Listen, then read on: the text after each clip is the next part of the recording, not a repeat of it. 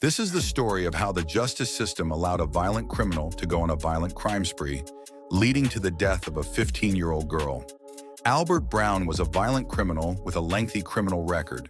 When Brown was 18, he was expelled from school after he accidentally fired a gun that he had brought on campus and grazed another student in the head. He faced no criminal charges for this, and soon after being expelled, he was charged with brutally raping and impregnating an 11-year-old girl. Brown told her, since he was a black man and she was a black girl, she was in need of a feeding. She was forced to perform oral sex, and Brown then violently raped and choked her. He pleaded guilty and was sentenced to 2 years of probation again. Brown managed to avoid jail time, and his punishment did not seem to match the severity of the crime. A year later, Brown broke into a home in Riverside and hid in a closet until all of the residents had left when a 14-year-old girl returned from a paper route to go to school. He choked her unconscious and brutally raped her. In her mother's room, Brown was apprehended by authorities and was sentenced to state prison.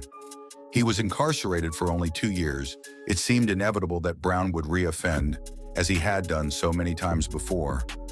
In 1980, just 4 months after he was released from prison, he ambushed and grabbed 15-year-old Susan Jordan.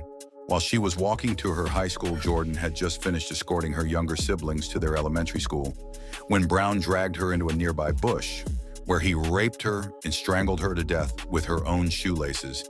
He then dumped the body on a street corner and ran off with her school books and ID cards.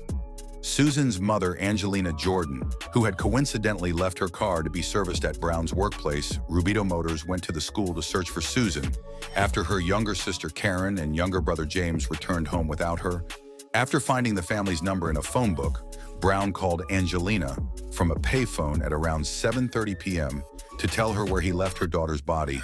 According to court documents, he said, "Hello, Mrs. Jordan, Susie isn't home from school yet.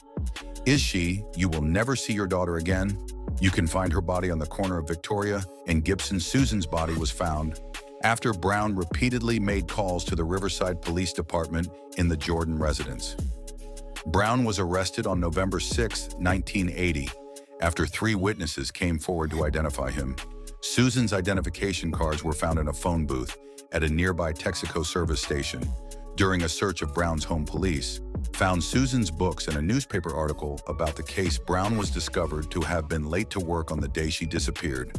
A jogging suit stained with blood and sperm was also found. Brown's shoes were matched to footprints from the crime scene on February 4th, 1982. A Riverside County jury convicted Brown of first-degree murder with the special circumstances of first-degree kidnapping and first-degree rape, oral culation, and first-degree sodomy. During sentencing hearings, his defense attorney argued that Brown was remorseful and presented evidence of psychiatric problems, including sexual dysfunction. Brown claimed that his aunt had physically abused him as a child and that he was spanked by his mother.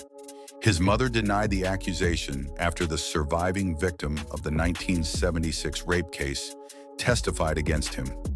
The jury deliberated for less than 3 hours on February 19th and sentenced Brown to death on March 2, 1982. He was placed on death row at San Quentin State Prison in San Quentin, California. The process of executing Brown was complicated as California's laws kept changing. A statewide injunction against capital punishment had been put in place, but in 2010 that was lifted, and Brown was the first inmate scheduled to be executed in a newly built facility at San Quentin State Prison. However, a last-minute appeal halted the execution, and Brown remained on death row, where he still remains to this day, 43 years after his arrest.